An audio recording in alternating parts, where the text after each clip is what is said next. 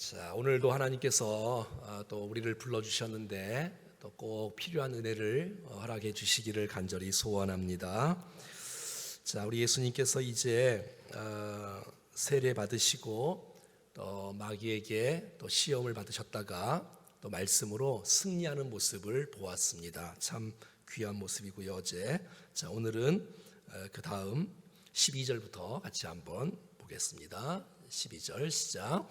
예수께서 요한이 잡혔음을 들으시고 갈릴리로 물러가셨다가 13절 나사렛에 서서 스불론과 납달리 지경 해변에 있는 가버나움에 가서 사시니. 자, 예수님께서 갈릴리로 가셨다가 그 옆에 가버나움 가셔서 사셨다고 말하고 있습니다. 여기서 이 가버나움은 가난하고 또 전쟁의 통로가 되어져서 늘 전쟁의 폐허 속에 살아갔던 그 지역이라고 합니다. 스불론과 납달리, 야곱의 12 아들 중에 두 사람의 이름을 따서 지역을 만들었던 스불론과 납달리. 근데 예수님께서 여기서 사역을 하셨다는 것이에요. 예수님은 화려한 곳에서 사역하지 않고 정말 시골 그 작은 동네에서 그들을 축복하고 위로하고 격려하는 모습이 드러나고 있습니다. 14절부터 한번 쭉 읽어보겠습니다. 시작. 나사렛을 떠나 스불론과 납달리 지경 해변에 있는 가버나움에 가서 사시니. 14절부터 읽어야죠. 시작. 이는 선지자 이사야를 통하여 하신 말씀을 이루려 하신. 오늘 이 말씀은 구약의 700년 전에 이사야를 통해서 주님께서 예언하신 메시지입니다. 15절. 스불론 땅과 납달리 땅과 요단강 저편 해변길과 이방의 갈릴리여. 그 위에 있는 지방이라서 이방인들도 함께 섞여 있고 살았던 사람들. 16절.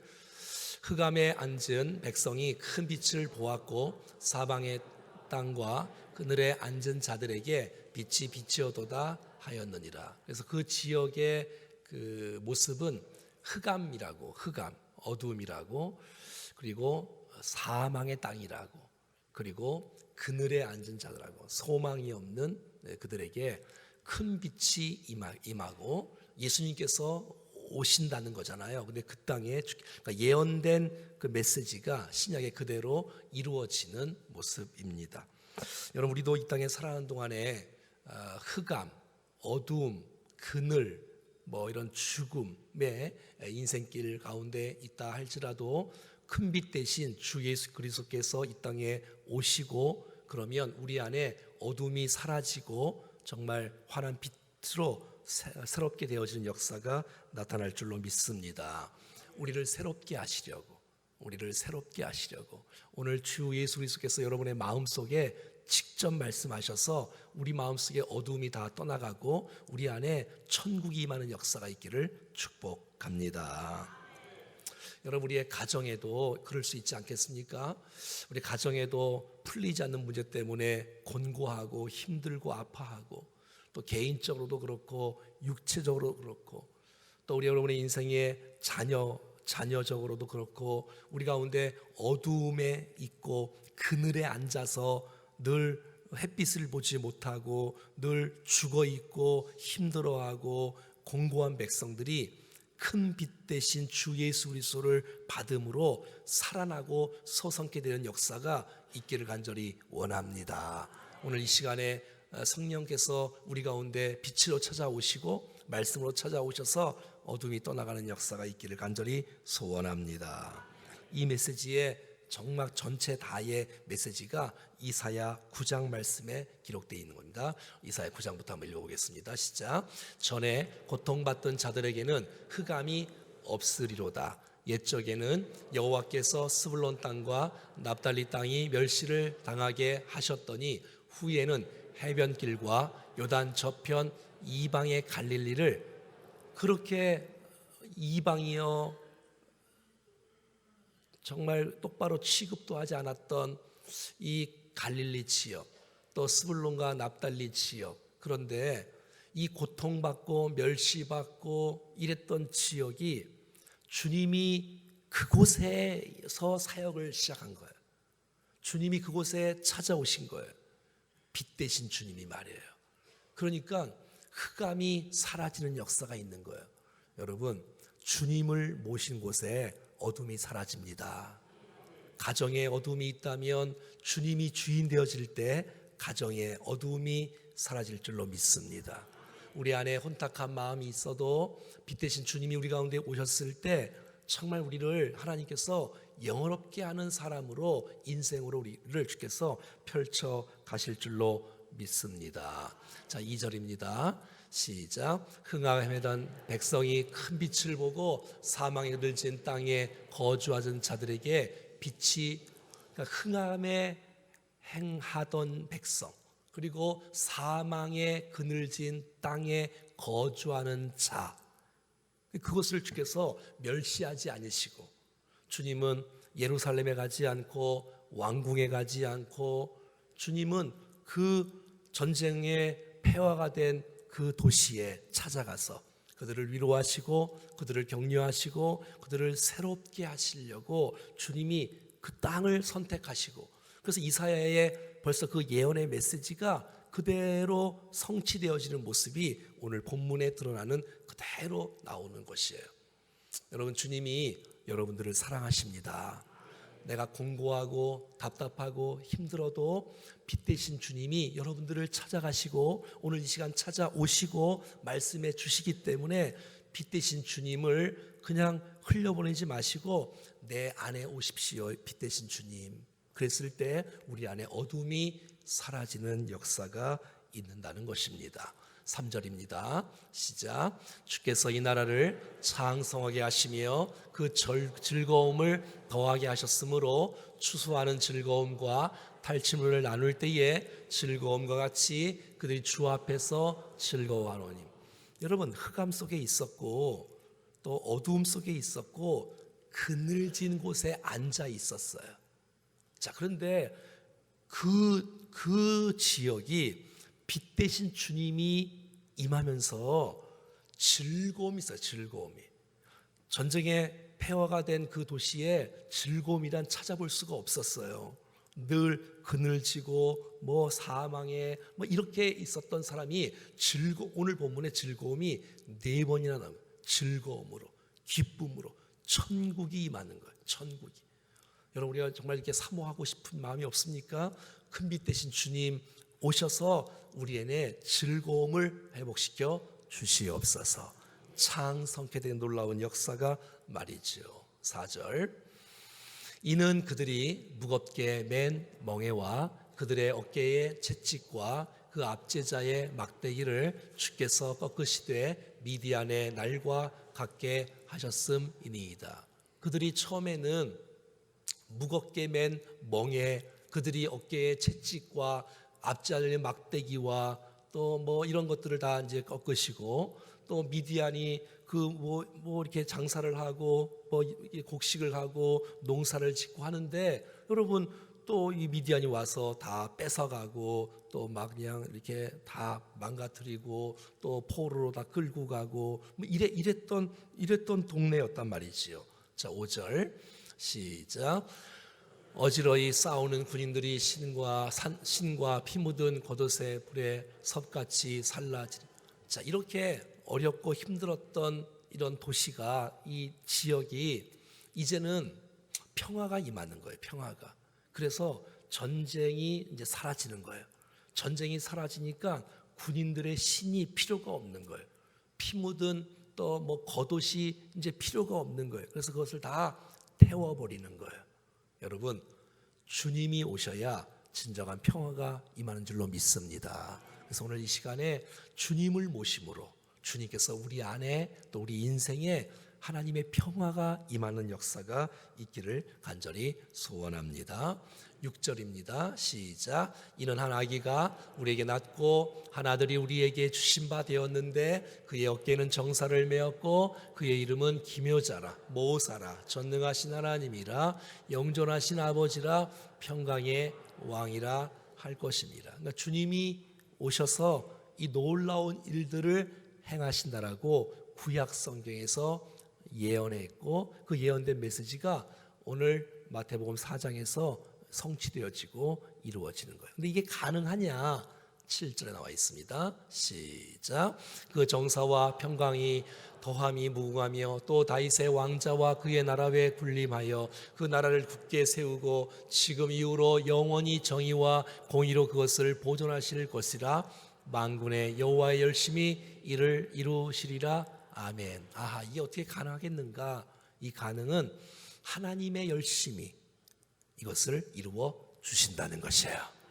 여러분, 하나님을 믿고 말씀을 믿고 나갈 때에 하나님께서 약속하신 그 놀라운 메시지가 우리의 삶 가운데 이루어지는 역사가 나타날 줄로 믿습니다. 그러니까 하나님은 우리를 선택하시고 끝까지 우리를 책임지시고 우리를 인도해 주신다는 거예요. 우리를 부르시고 선택하신 주님은 우리를 성화의 과정으로 인도하실 뿐만 아니라 우리를 영화의 과정으로 완전케 하실 주님이신데, 성실하신 주님, 만군의 주님께서 열심으로 그 놀라운 일들을 이루어 가신다는 거예요. 얼마나 감사해요. 여러분, 우리를 완성시킬 주님을 기대하십시오.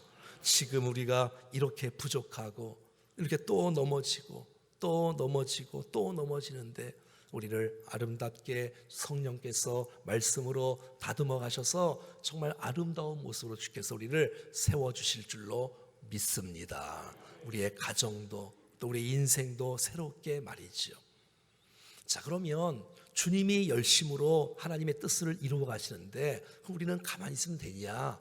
그러지 않겠지요. 우리도 하나님의 열심으로 주님 앞에 최선을 다해야 되겠지요. 사도 바울은 고린도후서 11장 2절에 이렇게 말하고 있습니다. 시작. 내가 하나님의 열심으로 너희를 위하여 열심을 내노니 내가 너희를 정결한 처녀로 한 남편인 그리스도께 드리려고 중매함이로다. 그러나 나는 이런 메시지가 써 있지요. 사도 바울은 주님을 만난 이후에 하나님의 열심으로 열심을 내는 거예요. 하나님께서 우리 안에서 일하시는데 나도 온 힘을 다해서 최선을 다해서 주를 위해서 충성하는 거예요. 이 땅에 있는 모든 백성들이 그리스도의 신부가 되어 주님을 만날 수 있도록 사도 바울이 중매 역할을 감당한다라고 말하고 있어요. 저와 여러분들이 하나님의 열심을 기대하시며 맡겨진 일들을 위해서 최선을 다하며 살아갈 수 있기를 간절히 원합니다. 17절 말씀입니다. 시작. 이때로부터 예수께서 비로소 전파하여 이르시되 회개하라 천국이 가까이 왔느니라. 이제 주님께서 이제 40일 금식기도 하시고 또 세례 받으시고 이게 준비하시고 이제 이때로부터 이제 복음 전파를 시작하는 모습이 드러나는 거예요. 여러분, 이제 준비된 다음에 시작하는 게 중요하지 않겠어요? 하나님의 때가 되어지면 시작하는 거예요. 시작하는 거예요. 여러분, 시작이 중요하지 않아요? 아무 일도 안 하면 아무 일도 일어나지 않아요.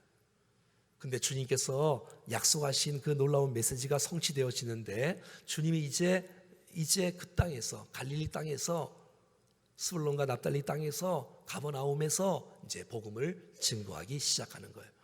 사랑하는 여러분, 일을 시작한다는 것은 힘듦이 있는 거예요. 일을 시작한다는 것은 어려움이 있는 거예요.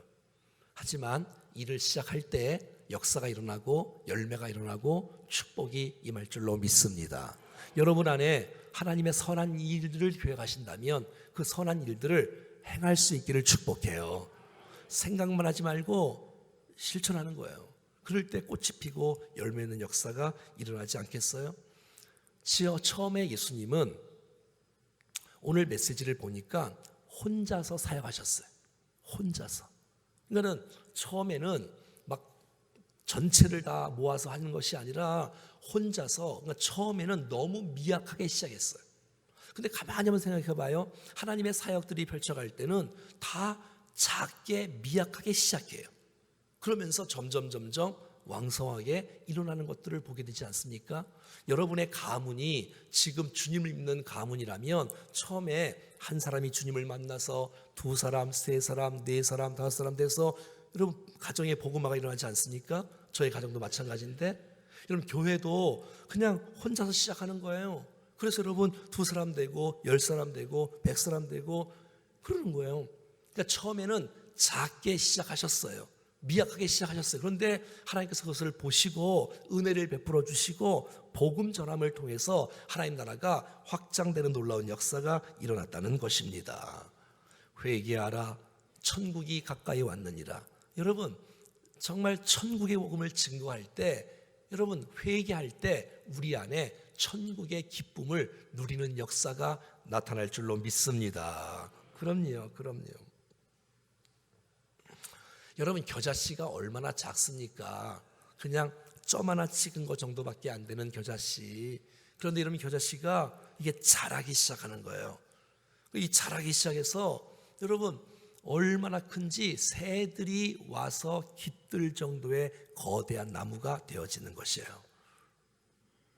여러분 우리의 인생 가운데 작은 일을 소홀히 생각하지 않고 최선을 다해서 사역을 감당할 때에 열매 맺는 역사가 나타날 줄로 믿습니다. 주님은 오셔서 세례 요한처럼 똑같은 메시지를 증거했어요. 한번 따라해 볼까요? 회개하라, 천국이 가까이 왔느니라. 이 복음을 전한 거예요. 왜? 이것만이 사람을 살릴 수 있기 때문에 그렇습니다. 그러니까 여러분 본질의 사역에 충실한 거예요.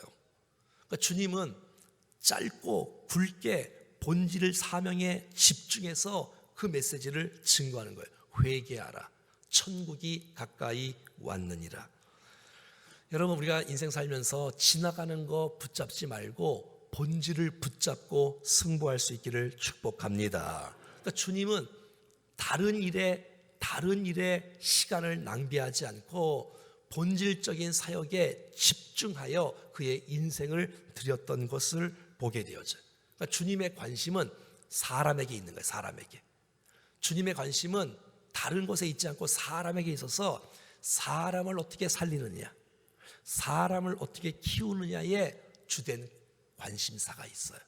그래서 그가 복음을 전하고 사역을 하고 행하는 모든 일들의 결론이 뭐냐? 사람이 살고 사람이 세워지기를 바라는. 그러니까 여러분 주님이 승천하실 수가 있는 거예요. 왜? 준비된 사람을 세워놨으니까. 하나님의 사역은 계속해서 펼쳐가기 때문인 것이에요. 사랑하는 여러분, 이 땅에 가장 가치 있는 일이 뭐예요? 사람 살리는 일 아닙니까? 여러분 이 세상에 가장 가치 있는 일이 뭐예요? 사람 키우는 일 아닙니까?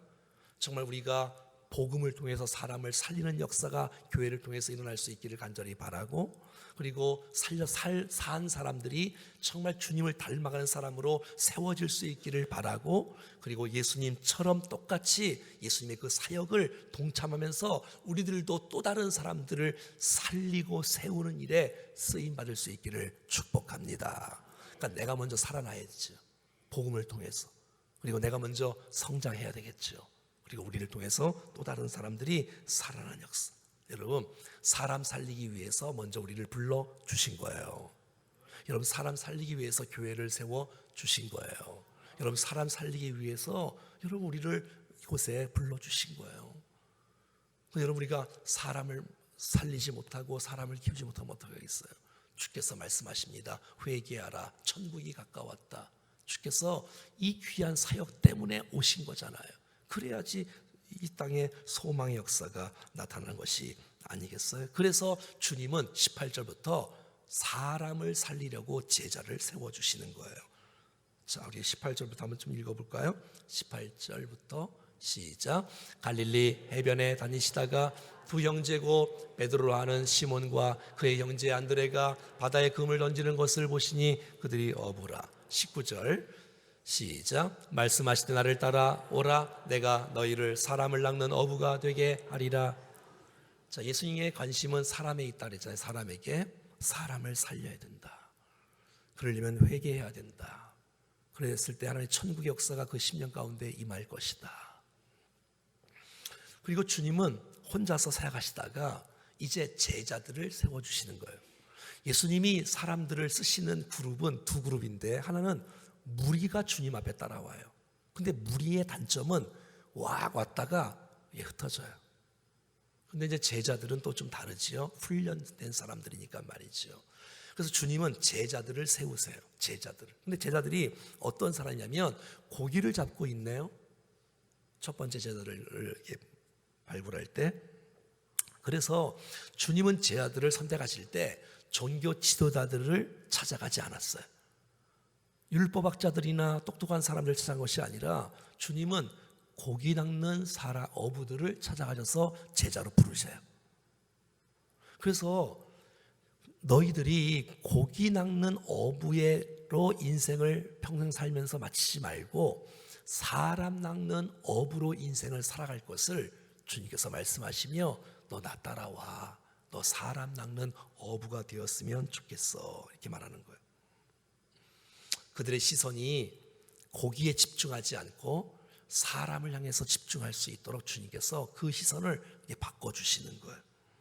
주께서 명령하는 거예요. 한번 따라해봐요. 나를 따라오너라. 19절 보여줘 보세요. 나를 따라오너라. 19절 내가 너희를 사람 낚는 어부가 되게 해주겠다 이러는 거예요. 그러니까 주님께서 명령과 약속이 있잖아요. 그 첫 번째 명령은 뭐지요? 나를 따라오라는 거예요. 그러면 주님께서 우리를 사람 낚는 어부가 되게 해주시겠다고 약속하고 있는 거예요.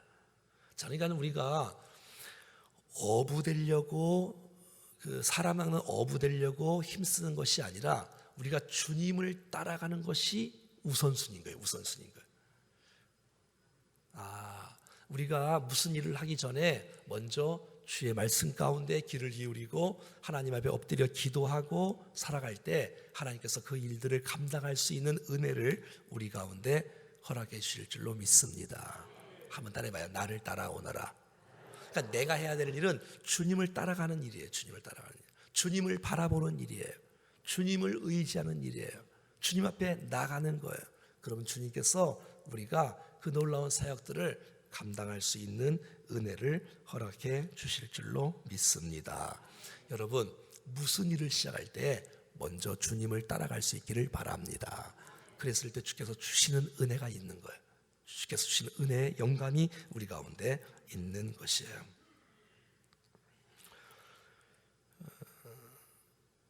자, 이제 주님이 그들이 말이죠. 나 제자 되고 싶어요 라고 해서 제자를 불러주지 않았어요. 주님이 주님의 안목으로 주님의 계획 가운데 어떤 사람들을 좀 세울까 이렇게 이제 기도하시고 고민하시다가 베드로, 안드레, 또 야고보, 요한에게 이렇게 마음을 두고 그렇게 여러분 그 주위에 어부들이 얼마나 많이 있었겠어요. 그런데 주님이 그들을 선택한 거예요. 선택. 이게 제자는 아무나 되는 게 아니구나. 주님이 선택하셨어요. 마가복음 3장 13절에도 이렇게 말하고 있어요. 시작. 또 산에 오르사 자기가 원하는 자들을 부르시니 나온지라. 주님이 원하는 자들을 주님이 불러주시는구나. 제자를. 자, 그러면 어떤 질문이 생겨요? 그럼 나는 그러면 자격이 있을까? 자격이 있을까? 주님이 원하시는 자들을 선택하시는데 그 선택의 기준이 도대체 뭐냐? 그 선택의 기준이 화려한 사람이 아니었어요. 많이 배운 사람도 아니었고 능력 많은 사람도 아니었어요. 고린도전서 1장 27절 말씀에 보면 주님이 사람을 선택하시는 기준들을 몇 가지 보게 되는데 시작. 그러나 하나님께서 세상의 미련한 것들을 택하사 지혜 있는 자들을 부끄럽게 하려 하시고 세상의 약한 것들을 택하사 강한 것들을 부끄럽게 하려 하시며 28절 하나님께서 세상의 천한 것들과 멸시받는 것들과 없는 것들을 택하사 있는 것들을 폐하려 하시나니. 주님은 완벽한 사람을 쓰는 게 아니구나. 주님은 부족하고 연약한 사람들도 사랑하시고 또 만나주시고 쓰시기를 원하시는구나. 여러분 모두가 다 주님의 제자가 될 수가 있습니다. 연약할지라도 주께서 우리를 찾아오시지 않겠어요? 왜냐하면 부족한 사람을 써야 하나님을 의지해요. 부족한 사람을 써야 하나님의 능력 가운데 살아가요. 여러분, 부족한 사람을 써야 주님과 함께 쓰임받는 역사가 일어나요. 아무튼 그래요. 저는 이게 부교육자들을 면접하면서 뽑을 때 완벽한 사람을 잘 안 써요. 잘하는 거 있고 못하는 거 있는 사람을 써요. 미안해, 처음 얘기하지요? 전 정말 그래요. 부족한 사람을 써야 충성을 다해요. 완벽한 사람 쓰면 얼굴 값해요. 자, 아무튼 여러분, 주님이 부족한 사람을 쓰시는 거예요. 부족한 사람을. 여러분, 우리가 다 미련한 사람 아닙니까? 우리가 정말 부족한 사람 아니에요? 자, 그런데 주님이 무엇을 보시고 부르시냐면 베드로와 안드레를 보시고 부르시는 게 아니에요. 오늘 본문을 잘 봐요, 여러분. 그리고 야고보와 요한을 보시고 부르시는 게 아니에요. 자, 봐요. 18절. 뭘 보고 부르시나 봐요. 시작. 갈릴리 해변에 다니시다가 두 형제 곧 베드로를 하는 시몬과 그의 형제 안드레가 바다에 그물을 던지는 것을 보시니 그들은 어부라. 자, 뭘 보신다고요? 그물 던지는 것을 보신대요. 얼마나 잘 던지느냐? 그건 아니겠죠. 자, 21절입니다. 시작. 거기서 더 가시다가 다른 두 형제고 세베대의 아들 야고보와 그의 형제 요한이 그의 아버지 세베대와 함께 배에서 그물 깁는 것을 보시고 부르시는 거예요. 그 삶의 현장에서 최선을 다하고 있는 모습을 주님이 보신다는 것이에요. 그러니까 주님이 잘 안 쓰시는 사람이 별로 없는데, 안 쓰시는 사람이 성경에 나오는데, 안 쓰시는 누구냐면 게으른 사람을 안 써요. 악하고 게으른 종아, 악하고 게으른 종아. 뒤에는 저주가 있는 거 아시죠? 여러분, 저와 여러분들이 정말 최선을 다하는 충성된 사람이 될 수 있기를 축복합니다. 주님이 그 모습을 보시는 거예요. 그래서 그 삶의 현장에서 최선을 다하는 모습이 있는 모습을 보시고, 이야, 저가 주님을 만날 수만 있다면, 그 초점이 사람에게 맞춰줄 수 있다면 정말 충성스럽게 사역을 감당할 수 있겠다라고 주님이 판단하신 것 같아요. 그래서 그의 삶의 현장을 보시는 거예요. 여러분, 우리가 할 일 없어서 그냥 이렇게 하는 거를 주께서 별로 좋아하지 않으세요. 자기 맡은 일에 최선을 다할 수 있는 사람을 주님이 기뻐한다는 것 꼭 기억하실 수 있기를 간절히 바랍니다. 여러분, 주께서 마태를 부르실 때도 세관에서 세금 걷는 일에 대해서 최선을 다하고 있을 때 주님이 찾아가서 불렀답니다. 엘리사는 엘리야로부터 부름받을 때 12개의 소를 갖고 밭을 갈 때 찾아오셨어요. 모세는 이들의 양을 최선을 다해서 칠 때 주님이 찾아오셔서 또 세우시는 거예요. 우리의 삶 여정 가운데 정말 게으름과 모든 것들이 다 사라지고 충성스러운 일꾼이 되어 주님이 우리를 택하시고 쓰실 때에 기쁨으로 주 앞에 나올 수 있기를 간절히 원합니다. 자, 이들의 반응 좀 보십시오. 20절, 22절인데요. 20절 시작. 그들이 곧 그물을 버려두고 예수를 따르니라. 한번 따라해 볼까요? 곧 그물을 버려두고 예수를 따르니라. 여러분, 이게 쉬운 일이 아니잖아요. 생각해 보고요가 아니고 나중에요, 이게 아니잖아요. 곧 그물을 버려두고 예수를, 주께서 부르실 때에 너 나 따라올 수 있니? 예, 따라가겠습니다. 이 결단. 22절 시작. 그들이 곧 배와 아버지를 버려두고 예수를 따르니라. 이야. 그러니까 주님은 우리의 인생 가운데 가정을 포기해라, 직업을 포기해라, 이런 말씀이 아니잖아요. 우리의 삶 가운데 정말 가치 있는 일이 도대체 무엇인지를 한번 생각해 봐라. 너 어떻게 사는 것이 가장 존귀한 인생이겠냐? 너 어떻게 사는 것이 가장 아름답고 복된 의미 있는 일이겠냐?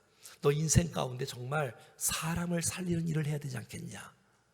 너 인생 가운데 사람을 키우는 일들을 해야 되지 않겠냐? 그러려면 너 나를 따라와야지.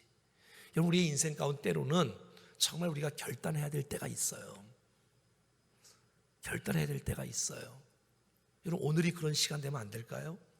여러분, 지난 주일날 제가 말씀드렸잖아요. 예, 내가 떠나야 되잖아요. 떠나요. 그리고 주 앞에 나가야지. 내가 본토 아비 친척 집을 떠나야지. 내가 너에게 보여줄 땅으로 이제 가는 건데, 여러분, 우리의 인생 가운데 이 거룩한 결단들을 통해서 주님께서 저들의 앞날을 아름답게 사용해 주실 줄로 믿습니다. 이런 마음들 말이에요. 여전히 똑같은 방식으로 인생을 살지 않고 정말 2020년도 들어와서 더 새롭게, 더 아름답게, 더 가치 있게 우리의 삶들을 주님 앞에 결단할 수 있기를 간절히 원합니다. 이 마음이 있어야죠. 내가 주님을 따라가겠습니다. 언제요? 지금. 언제요? 지금. 여러분, 우리의 인생 가운데 내가 지금 주님을 따라갈 것은 무엇인가 한번 생각해 보세요. 지금. 이따가 따라간다는 건 뭐예요? 안 따라가겠다는 거잖아요. 지금. 즉시. 하나님의 위대한 비전 앞에 난 여러분의 인생을 던질 수 있기를 바라고, 하나님의 말씀 앞에 여러분의 인생을 던질 수 있기를 바라고, 여러분의 인생이 하나님 나라를 세워가는 정말 위대한 인생으로 쓰임받기를 축복합니다. 자, 마지막 23절 시작. 예수께서 온 갈릴리에 두루 다니사 그들을 회상에서 가르치시며 천국 복음을 전파하시며 백성 중에 모든 병과 모든 약한 것을 고치시니. 자, 이 본문은 마태복음 9장에 또 나오는데 한번 읽어볼까요? 시작. 예수께서 모든 도시와 마을에 두루 다니사 그들의 회당에서 가르치시며 천국 복음을 전파하시며 모든 병과 모든 약한 것을 고치시니라. 자, 똑같은 메시지가 있는데 이 9장에서는 예수께서 모든 도시와 마을에 두루 다니사. 자, 23절은 뭐였죠? 23절은 온 갈릴리에 두루 다니사. 그러니까는 어디 있는 거는 그렇게 중요하지 않아요. 내가 여기 있던 여기 있던. 근데 이제 그가 무슨 일을 하느냐가 더 중요하지 않겠어요? 우리가 뭐 미국 살 수도 있고 뭐 필리핀에 살 수도 있고 아프리카에 살 수도 있잖아요. 근데 무슨 일을 하느냐가 중요해요. 무슨 일을 하느냐. 그것은 바로 세 가지의 사역을 그 예수님의 온 일생을 함축해서 보면 세 가지 사역에 집중한 거예요. 한번 따라해볼까요? 전파하며, 가르치며, 고치며. 이 사역을 했던 거예요. 하나는 교육사역. 사람을 키워야 된다. 사람을 양육해야 된다. 사람을 훈련해야 된다. 여러분 생각해봐요. 주님이 어떻게 가실 수 있겠어요? 사람을 훈련시켜놔야지요. 물론 성령께서 오셔서 그들과 함께 그 사역을 감당할 수 있겠지요. 그리고 전파하는 사역. 가르치는 사역, 전파하는 사역. 여러분, 전파하는 사역 뭐예요? 전도 사역, 선교 사역. 그리고 고치는 사역. 우리가 함께 봉사하고 구제하고 상담하고 치유하고 이런 일들을 주님께서 하셨기 때문에 여러분, 교회가 주의 몸된 교회고 교회의 머리가 그리스도니까 그리스도께서 하셨던 그 일을 교회가 감당하는 거잖아요. 어떤 일이요? 전파하는 일들, 가르치는 일들, 치료하는 일들. 여러분, 저와 여러분의 평생 가운데 늘 잊지 마시고 주님이 하셨던 그 일, 사람 살리는 일, 사람 세우는 일에 난 여러분의 생애가 값지게 쓰임받기를 간절히 원합니다. 여러분, 주님은 오늘 우리에게 우리의 영혼도, 우리의 육체도, 우리의 정신도, 우리의 가정도, 우리의 인생도 여러분 고치기를 원하십니다. 새롭게 하기를 원하십니다. 그러면 여러분, 그 주님이 큰빛 대신 주님을 받아들이는 거예요. 주님, 내 안에 오십시오. 주님, 내 주인 되어 주십시오. 하나님, 나를 통치해 주십시오. 주님, 나를 다스려 주십시오. 내가 주님을 신뢰합니다. 그랬을 때 주께서 우리를 통치하시며 어둠이 떠나가고 우리 안에 천국의 역사. 여러분, 천국이 우리가 가서 천국도 있지만 지금 주님이 나를 다스린다면 여러분 안에 천국이 임하는 것이에요. 여러분의 가정에 주님이 주인 되시고 우리 가정을 다스린다면 여러분의 가정에 천국이 임하는 역사가 일어날 것이에요. 그래서 저는 기도할 때 이렇게 하나님의 나라가 우리 안에 임하게 해 주시옵소서. 그래서 하나님의 나라와 상관없는 것들이 떠나가게 해 주시고 하나님의 나라 의와 희락과 평강이 가득 찬 우리의 심령이 되도록 우리의 모든 우리의 가정도 우리의 교회도 모든 것들. 그래서 주께서 원하시는 이 아름다운 사역에 동참하면서 사람을 살리고 사람을 키우는 일들을 위하여 우리의 인생이 쓰임받기를 간절히 원합니다. 25절 한번 읽어보겠습니다. 시작. 갈릴리와 데가볼리와 예루살렘과 유대와 요단강 건너편에서 수많은 무리가 따르니라. 자, 주님이 이제 전파하는 사역, 또 가르치는 사역, 또 이제 특별히 이제 치유하는 사역을 이제 많이 하셨잖아요. 자, 그러니까는 소문이 그냥 이 온 지역에 막 퍼져가서 막 구름대처럼 사람들이 그냥 확 몰려오는 거예요. 근데 여러분 보세요. 기적을 보고 모이는 사람은요, 나중에 다 흩어져요. 기적을 보고 모이는 사람들, 그러니까 목적이 주님이 목적이 아니고 말씀을 배우려고 와서 모이는 사람들이 아니라 이상한 것을 자꾸 추구하고 나오려고 하면 이 사람들은 오래 못 가요. 오래 못 가. 나는 우리 충정교회 사랑하는 성도들이 다른 데 목적을 두지 말고 정말 주님께 집중하여 주 앞에 나올 수 있기를 바랍니다. 다른 것 때문에 나오지 말고 말씀을 사모하고 하나님을 알아가고 주님 앞에 우리가 성숙되어지고 이런 아름다운 은혜가 있기를 간절히 원합니다. 그래서 무리로 인생을 살지 말고 제자로 살아갈 수 있기를 축복해요. 그냥 우 왔다가 우 흩어지는 그냥 무리에 속한 사람 말고 결단하고 인생을 드리고 사람을 살리고 사람을 키우는 제자로서의 사역을 감당할 수 있기를 축복합니다.